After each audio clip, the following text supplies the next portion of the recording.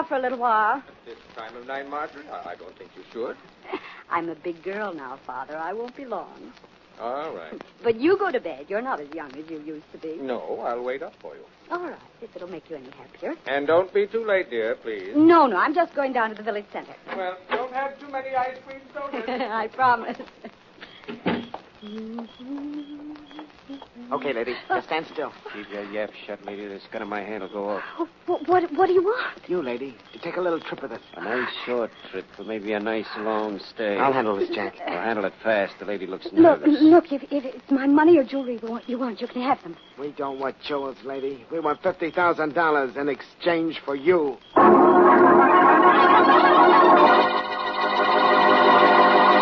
And now meet Dick Calmer as Boston Blackie. Enemy to those who make him an enemy. Friend to those who have no friend.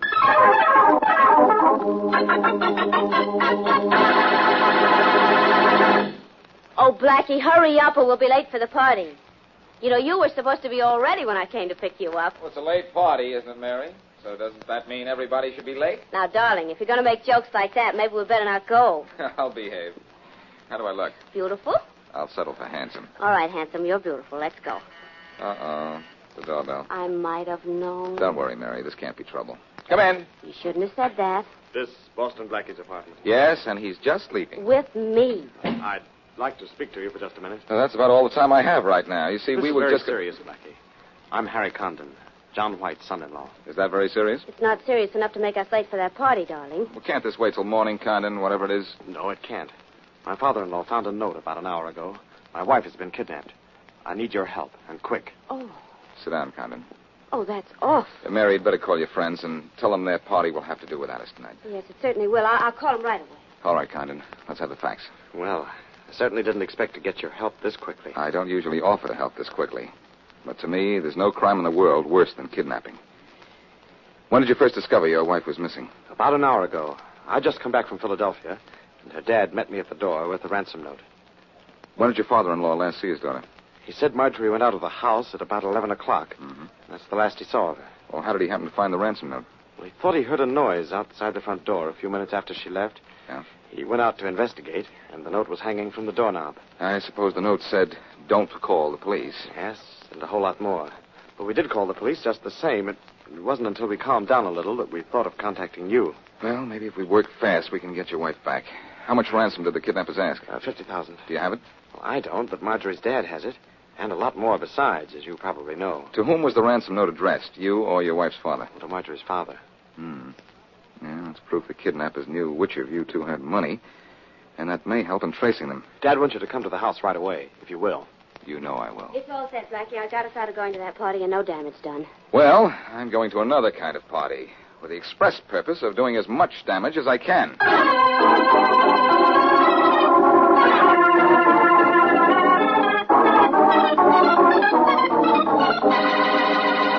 Can't let you go through with your plans, Inspector Faraday.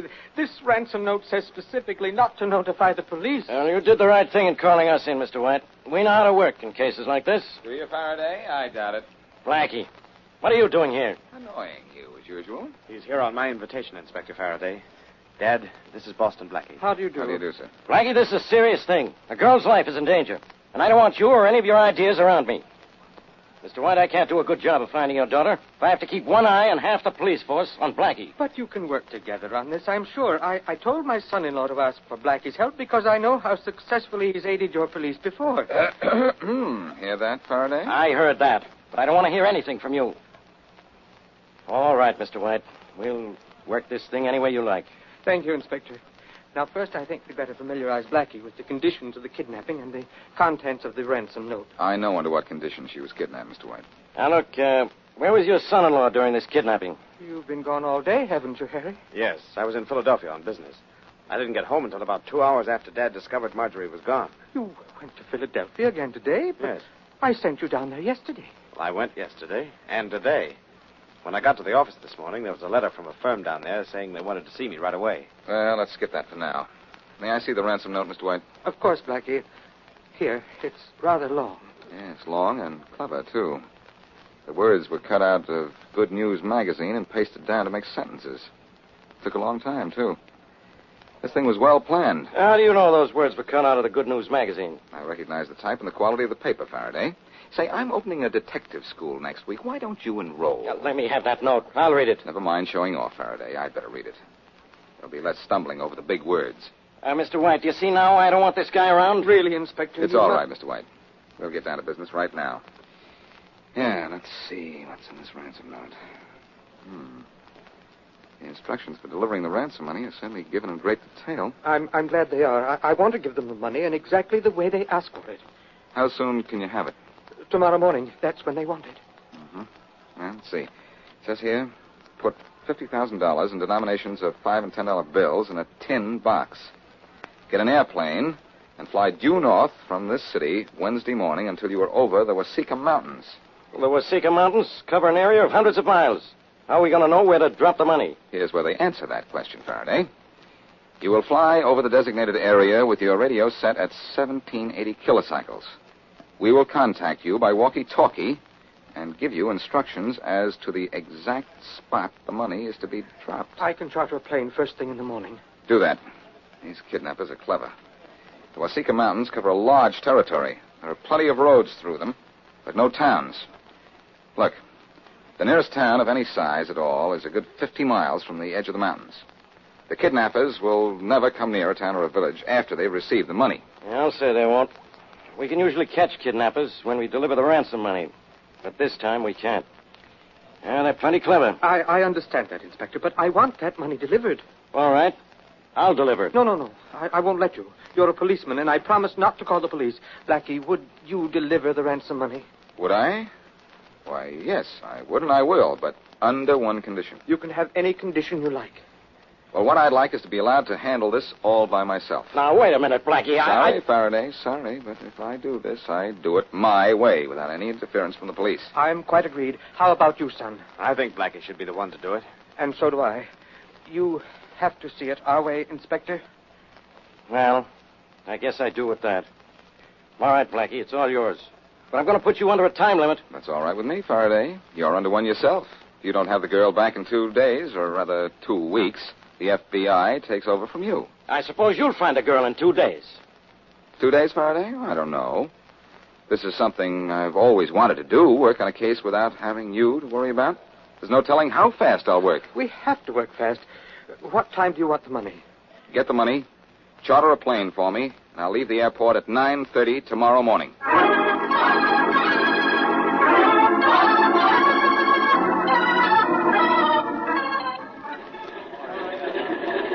Blackie, Yes, Mary?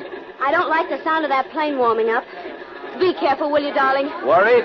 You know I am. Please be careful. Better tell that to the pilot over there. He's in charge of the plane. I'm only his passenger. Now, that's what worries me. Have you got a parachute?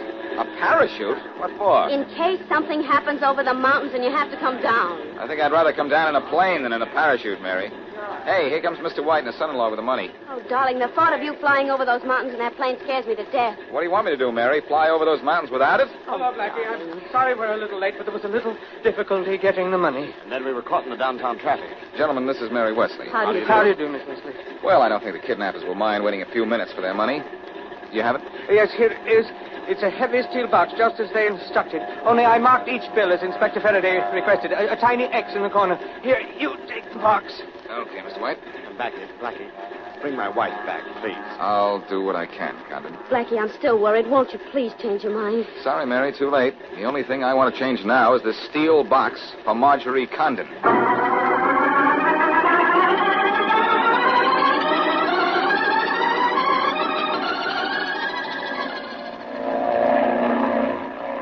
Say, pilot, how far from the city are we now? About 100 miles, Blackie. Those are the Wasika Mountains down below us now, aren't they? Mostly the foothills. Foothills, huh? Oh, yeah, I see the higher mountains up ahead.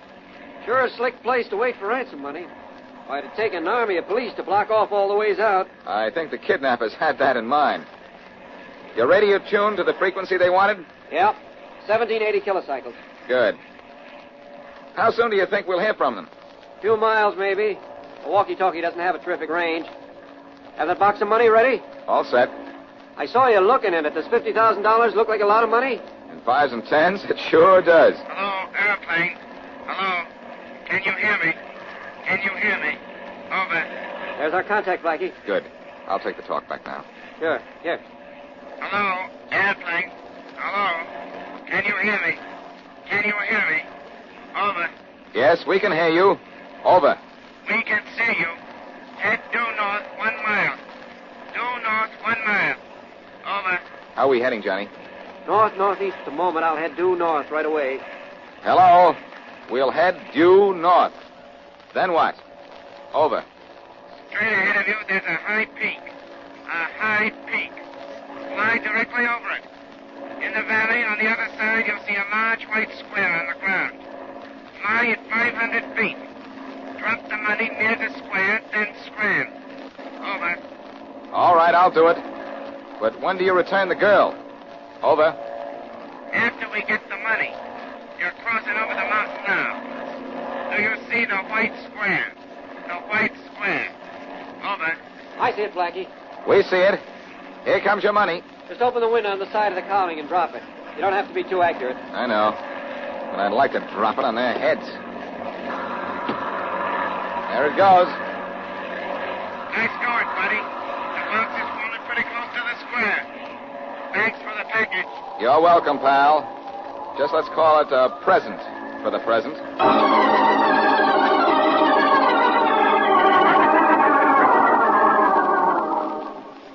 The box ought to be right over there, Bob. Right over there. Nothing, Jack. Here it is, right here. Swell. Come on, let's open it. Okay. I want to feel some of that money. You feel it, I'm going to spend it. Hey, Jack. There's no door in this box. It's empty. Yeah, look. There's nothing in it but this note. Wait, I'll open it. That guy in a plane double-crossed us. Double cross is no wood, by Jack. Listen to what it says in this note. Can't pay you because you have nothing to deliver. We've already found the girl. And it's signed by Boston Blackie.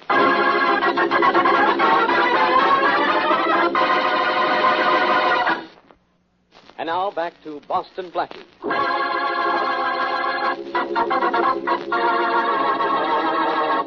Called in to deliver the ransom money in the kidnapping of the wealthy Marjorie Condon, Blackie exacts a promise from Faraday that there will be no interference from the police. Working alone, Blackie follows the kidnapper's instructions, but instead of delivering the money to the designated mountain country, Blackie delivers only a note saying he has already found the girl. As we return to our story, the two kidnappers wait in a phone booth in a small country village for a report on a phone call they've made to the city. Bob, how did Blackie find out where we were hiding the girl? I don't think he did find it, Jack. I think he was just bluffing to keep us from getting the dough. Well, what should he care? It isn't his dough. Only old man White's. Look, we'll know in a minute. Maybe this is our call getting through, huh? I hope so. Hello? Is this the party calling City 77610? Yeah? Is your party, sir? Go ahead. Hello. Oh, Jim? Yeah, this is Jim. Who's this? Bob. Jim, is everything okay? Sure, everything's okay. What about you? You get the dough? You still have the Condon dame? Sure, she's sitting right here. So Blackie's note was a gag, huh? Jim, lock up the joint good and tight. And don't let anybody in except us. We're coming back. Hey, what is this all about? We'll tell you when we get in. See you in a couple of hours. We've been crossed up. And I'm going to cross out a couple of people just to get even.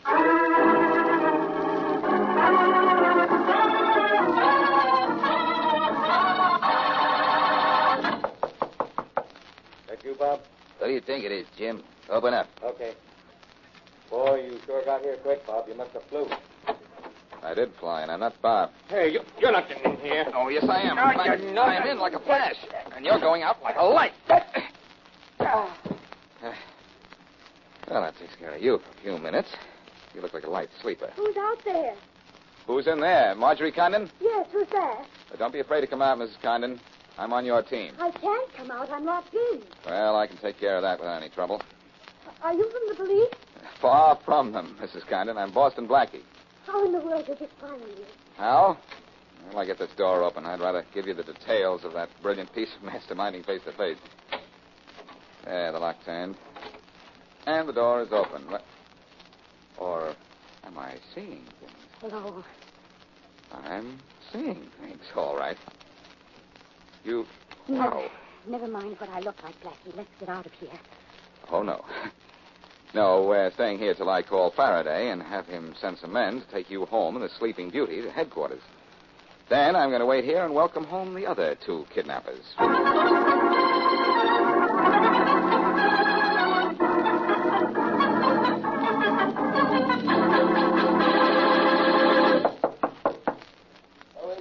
It's us, Jim. Jack and Bob. Open up. Good thing, Bob. Look, you don't have to hide behind the door when you open it for us. We ain't cops. What's the matter with you, Jim? You got nerves? All right. Stand where you are, both of you. Hey, Bob.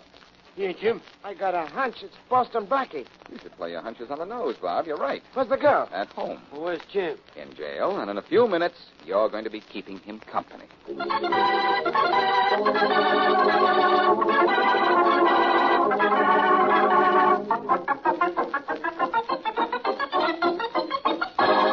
Well, Faraday, this is one time you can't throw me out of your office.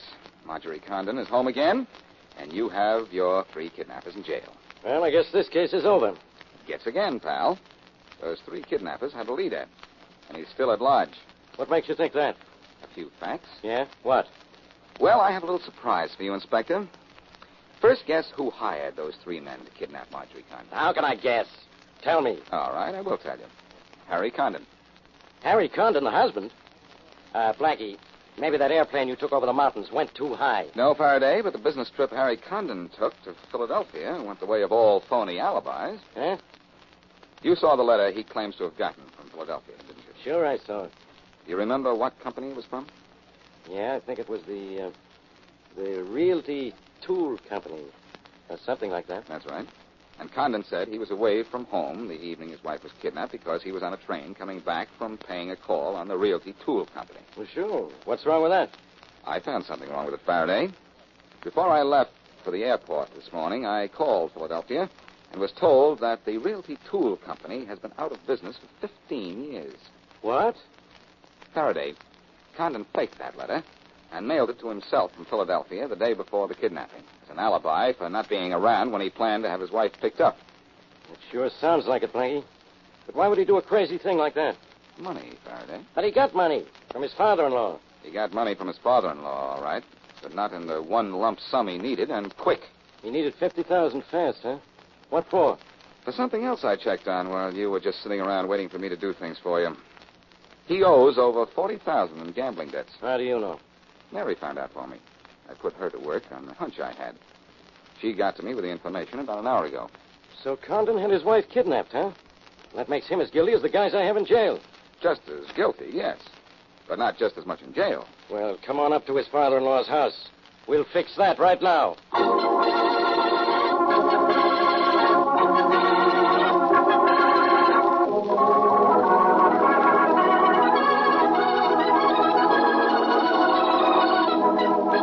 Thanks, Blackie.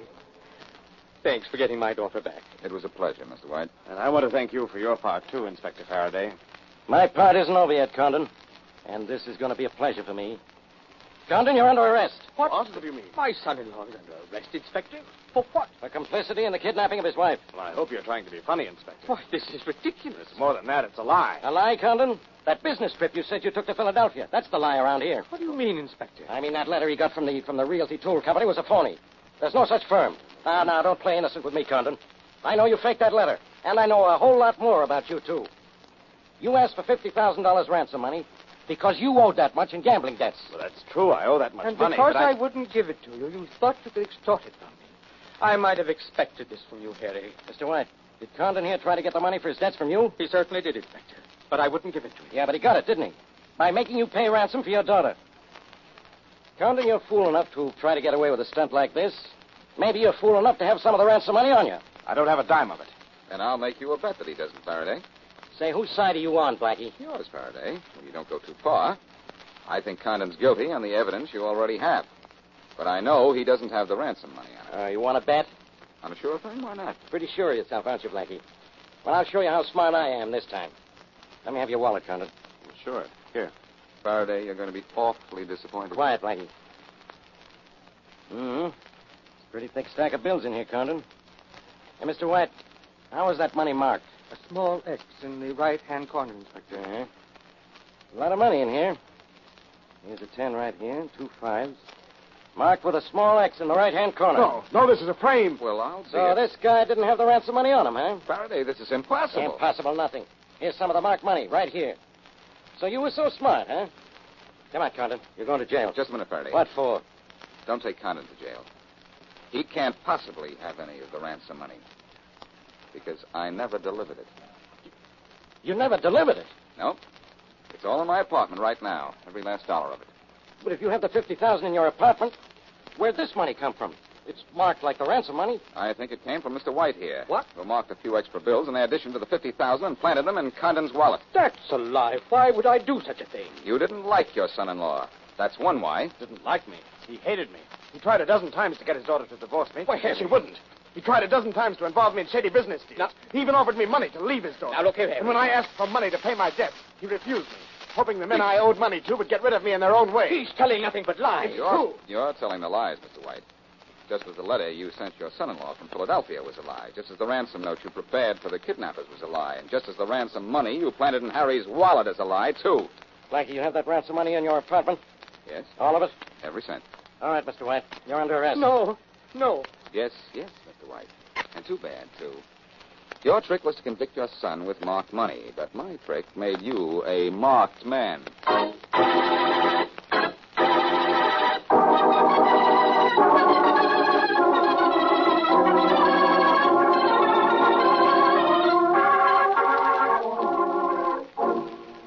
Well, Blackie, I just read Mr. White's confession. But the newspaper story doesn't say how you found Marjorie Condon. I like to keep those little tricks to myself, Mary. Can't we keep them just to ourselves? Promise you won't tell? Cross my heart and promise. Well, when I dropped the note to the kidnappers saying I already had the kidnapped girl, I knew just what they'd do. Sure. Find out if it was true, of course. Of course. And I knew where they'd go to find out, the nearest town. Small towns have manual phones. And I was at the telephone exchange listening to every call made to the city. Oh, I see. When Bob and Jack phoned the city, you got the name of their accomplice and also the telephone number. And, of course, the telephone number was all I needed to get the address. And then you flew back while Bob and Jack drove back, and you got to Marjorie Condon before they did. Simple, isn't it?